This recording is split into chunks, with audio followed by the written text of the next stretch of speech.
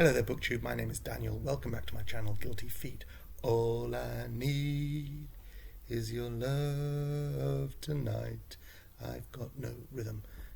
That was the song playing every day of our holiday, which is now 2 weeks ago, but still playing in my head as if I'm still by the pool in Santorini. But I thought I would do a quick Friday reads, catch up with all the books I've read since last Friday, starting with Predictably Irrational, which I finished, by Dan Ariely. This is the new and revised edition. I didn't necessarily need all the new and extra bits that they extended on the end of where he clearly finished the book, but that's fine. Great stuff. Introduction to behavioural economics, some good experiments, some real sort of empirical evidence for some of his hypotheses, as opposed to Malcolm Gladwell. Good dinner party conversation stuff about how we are anchored by the number we last heard, things that trigger us to move in one direction and make choices rather than another choice. Really sort of good stuff that will spark any conversation. Thoroughly enjoyed this. Recommend this as a great introduction to that. After that, I read The Ballad of Halo Jones by Alan Moore. I've been catching up with all the Alan Moore that I've never read. Alan Moore, if you don't know, is the writer of Watchmen, V for Vendetta, From Hell, was his Jack the Ripper story, and a whole bunch of other stuff. One of the godfathers of comics. And this is 3 different volumes of an ongoing story, which he has never carried on. This was originally published in 2000 AD, so 2000 AD is a sort of a weekly anthology comic that published in the UK, still going. And it started in the late 70s, early 80s, and these editions, these stories are from the early to mid 80s. So it was originally published. It's an anthology comic, so every issue there would be 3 or 4 different stories going on, each one running over 5 or 6 pages. So that's how Halo Jones first appeared, over 15 issues, 5 pages in each, and then disappeared for 6 months, and then came back, and we had volume 2 and ran also with 15 issues, and then disappeared another 6 months later, and then the last of the 3 volumes. This collects all 3. It's said that Alan Moore was originally going to write 10 volumes, and we were going to follow Halo Jones, revisit her every decade of her life, but there was a dispute between 2000 AD and Alan Moore. They wouldn't give him ownership of the character. He decided he wasn't going to write anymore, and so we've never again seen any Halo Jones since the mid-80s. So we've got 3 volumes, and that's it. It's a quite remarkable story. So this is drawn by Ian Gibson. He stayed with it all the way through. The artwork is sort of very intricate. This was originally published in black and white. The artwork is sort of very intricate, pencil drawings and great shadings, and that's what you get all the way through this. But very easy to read, and this is a nice sort of glossy, fine paper collected edition published by Rebellion, who I think have the rights to do all those back issue stories from 2000 AD. I didn't know anything about Halo Jones going into this, but except that this was one of the Alan Moore stories that I'd never read.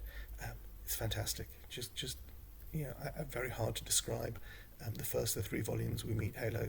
This is a woman in the 50th century living in a place called the Loop, which is some sort of giant mechanical structure hanging off the side of North America, where the unemployed and the lower classes are sent. And it's a sort of silly story about being unemployed and disaffected in the 50th century. Of course, this is written in Thatcher's Britain in the 80s, and that's very much what Alan Moore was interested in, and in the same way that V for Vendetta is about conservative Britain and the rise of fascism, so this is in the 50th century, unemployed, poor 18-year-old girl with no future, and it's kind of played for laughs right up until something shocking happens at the end of the 15 issues, the end of the first volume, and Halo Jones decides to get a job on an intergalactic space cruiser and leaves the planet at the end of volume 1. Volume 2, we see her on this cruiser working as a maid and serving the wealthy and the people who are not in the same class as her, and what that's like in sort of indentured servitude.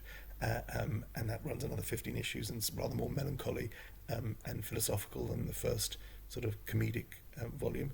And then volume 3, she joins the army and fights in some intergalactic space war, and that she doesn't really understand who she's fighting and what she's fighting for and what the morality of it is, and very much every story I've ever seen from Vietnam and the horror of and the inanity of war is visited here in ways that are sort of interesting and new but familiar. Just great, drawn beautifully, written superbly. If you have any love at all of Alan Moore, I think definitely worth tracking down and finding out who Halo Jones is and why she's remembered. This is a story that probably could only have been written in the 1980s, and yet her story resonates throughout the centuries. An ordinary person in extraordinary circumstances. That's the Ballad of Halo Jones, at least the first 3 volumes. Unlikely that we'll ever see more, but we can live in hope. After that, I read Simone de Beauvoir's A Very Easy Death. This was recommended by Hannah's Books, who spoke very highly of this. It's a very, very slim volume, sort of 90 pages, and it's autobiographical, and it's about Simone de Beauvoir watching her mother die. At a certain, I don't know if it was things were always like this, but I find myself over the last decade or so being drawn to books about grief and loss, and this is very much at the heart of this memoir.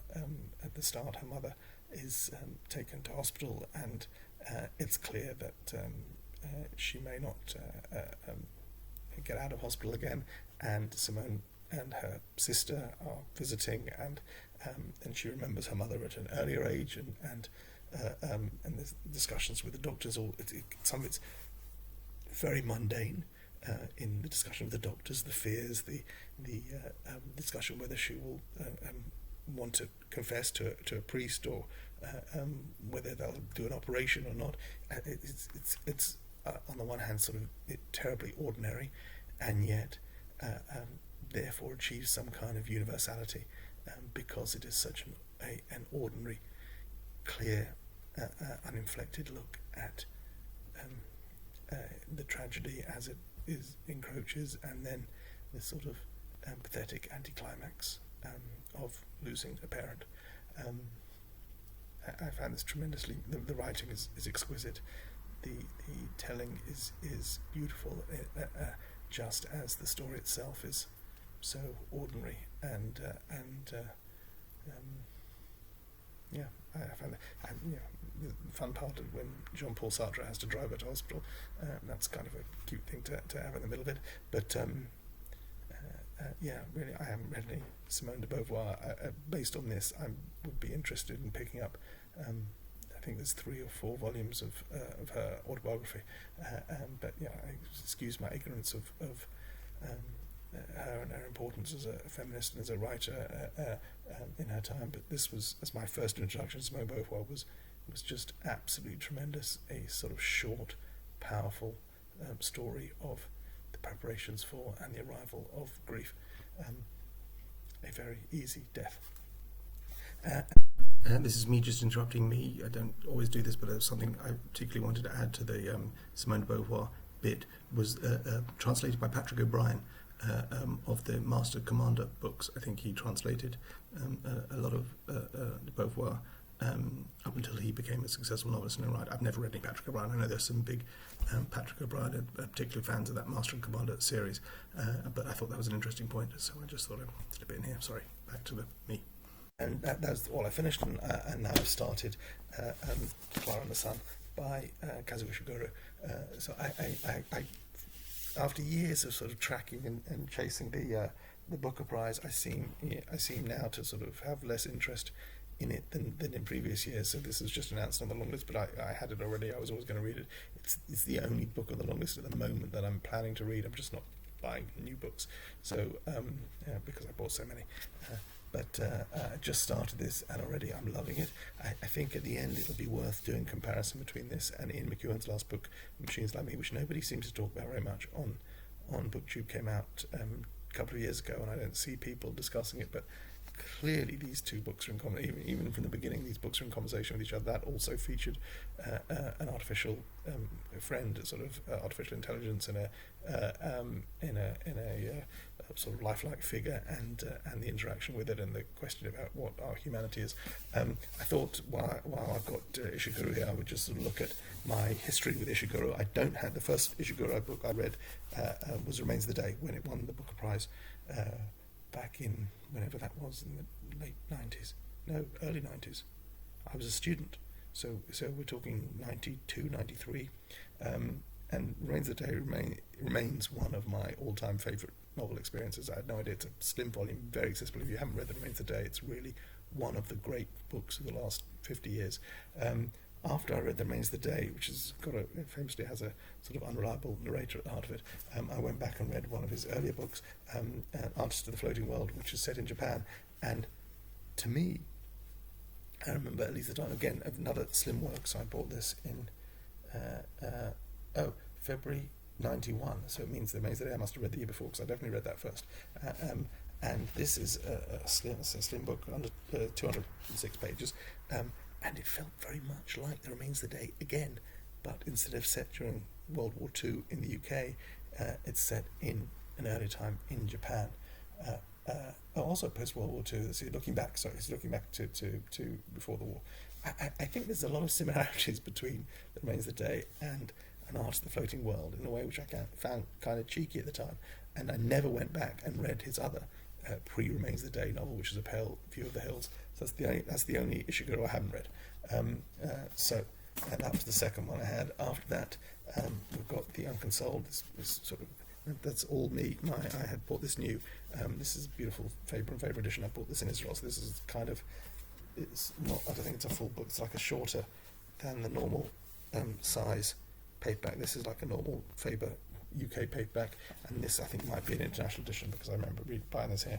It's utterly incomprehensible, and I read this and really struggled with it, and the print was small as well, and it's just an extended sort of dream sequence, and after the clarity that I got with the first two Ishiguros, I really had a problem with this, but pressed on, because Remains the Day remains one of my favourite books, and so read the next one, which was When We're Orphans, which is also that matching. I also bought this here, that sort of matching short format, Faber and Faber edition. I love Faber and Faber paperbacks, beautiful. And this is also an odd one. This is in Shanghai between the wars, and it says in the back a story of memory, intrigue, and the need to return. Yeah, memory, intrigue, weirdo, dreamy, not quite sure, unreliable. Didn't love it. So I struggled with both those, The Unconsoled and When We Were Orphans. I know there's people have a lot of love for them. I did not love either of those books, but pressed on. When the next of his novels came out, Never Let Me Go, again, this brought me right back into Ishiguro. This is, often people cite this as their favourite of his. I think they only do that if they haven't read The Remains of the Day. I like Never Let Me Go. I don't quite understand why people love it the way that I love Remains of the Day, but it's a great work, and it's a work that wrong-foots you and reveals its secrets as you go along, with much greater accessibility than I think either the previous two novels. And for me, this was a terrific return to form. Love that. Never Let Me Go. It took a number of years then before, but came back for these short stories, Nocturnes, which some of them are just absolutely wonderful. Enjoyed that very much. And if you like, if you have any love at all for Ishiguro, then I think you would enjoy these short fictions as well. And then his previous novel, to the current to Clara and the Sun, was The Buried Giant. So again, this is one of these lovely Faber and Faber editions. I picked this up in June 2016, so this was just prior to him winning the Nobel. And not fast being made that Clara and the Sun is the first book since winning the Nobel Prize. I would say this is in between as the clarity of Remains of the Day and Never Let Me Go, and the sort of obscurity and sort of cloudy, muddled or foggy reality of The Unconsoled. And there is a sort of fog and misty forgetfulness permeating this book. which is kind of sort of fantastical, but not really. There's no magic system or anything like that. But it's a kind of weird world that we wade our way through, not really sure what we remember and what we don't, and what we're actually looking for. But I think enjoyable. I think this was a happy medium between the clear and the more obscure. But so far, I'm only 30 pages into Clara and the Sun. It seems to be very much of the Remains the Day, Never Let Me Go. Absolutely, clearly, we can see what's going on, and I'm really looking forward to seeing how that plays out. And it's great to be back in a novel by such a master of the form. So looking forward to that, and I'll finish that probably in the next couple of days, and then pick up something fun there also over the weekend. And that's all I have for you. Take care. Hope you're all keeping well, and enjoying your summer. Take care. Bye.